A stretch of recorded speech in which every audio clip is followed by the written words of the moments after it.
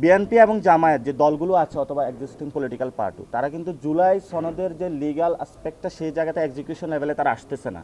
ফলত তাদের কারণে নির্বাচনটা ডিলে হচ্ছে। এটা কিন্তু অন্য কোনো কারণে নির্বাচনে, এই দুইটি দলের কারণে নির্বাচনটা ডিলে হচ্ছে, বিলম্বিত হচ্ছে। আমরা এই দুটি দলের কর্মী সমর্থক নেতৃবৃন্দকে আহ্বান জানাবো, আপনাদের কাছে মাপ চাই, জাতির দিকে তাকিয়েও হলো আপনারা এইসব ভণ্ডামি বাদ দেন। একটা এনসিপির প্রতীকই থাকবে, অন্য দলের নাম মার্কা ডিজলভ হবে এবং এনসিপির আন্ডারে আরও অনেকগুলো দল আসতেছে। এটা আমরা বিগ টেন্ট বা বড় ধরনের একটা পার্টি করতে যাচ্ছি, ফলে তো অনেকগুলো দল, অনেকগুলো মত, অনেকগুলো ব্যানার ইনশাল্লাহ এনসিপির ব্যানারে চলে আসবে। ও এটা আমরা খুবই স্পষ্ট, আমরা রেশনাল উচ্চ কক্ষে পিয়ার, আমরা নিম্ন কক্ষে পিয়ার চাই না।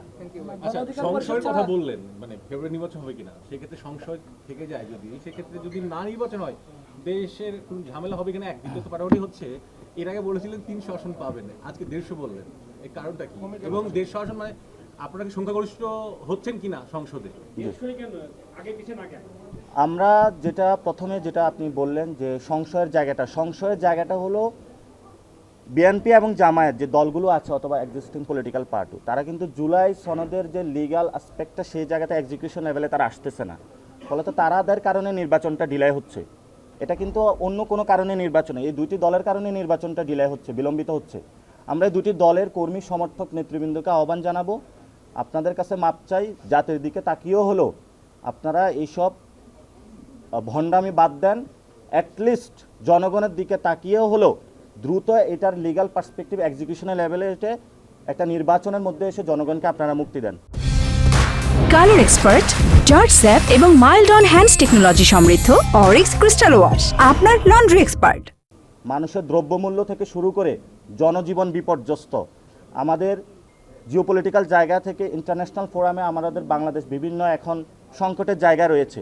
এজন্য আমরা এই দুইটি দলকে আহ্বান জানাবো যে আপনারা নির্বাচনের ক্ষেত্রে যে ডিলাই হচ্ছে, এই জন্য আপনারা জুলাই সনদে দ্রুত সাইন করুন, এটাকে এক্সিকিউশন লিগ্যাল ওয়েতে নিয়ে যায় দ্রুত নির্বাচন প্রক্রিয়া অংশগ্রহণ করে জনগণকে ভোগান্তি থেকে মুক্তি দিন। এবং আপনি আরেকটা কি কোশ্চেন করেছেন?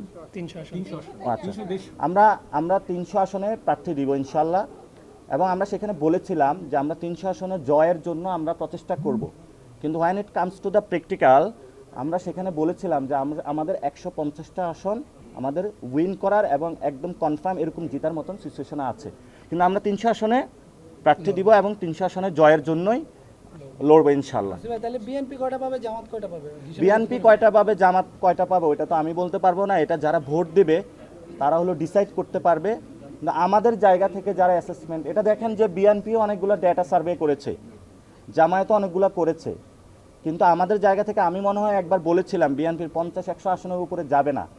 কিন্তু আপনারা তো এখন বাস্তব সিনারিও দেখতে পাচ্ছেন কোন দিকে তলানিতে যাচ্ছে, যে সো কম বেশি হবে সেটা হলো আপনারা ডিসাইড করবেন।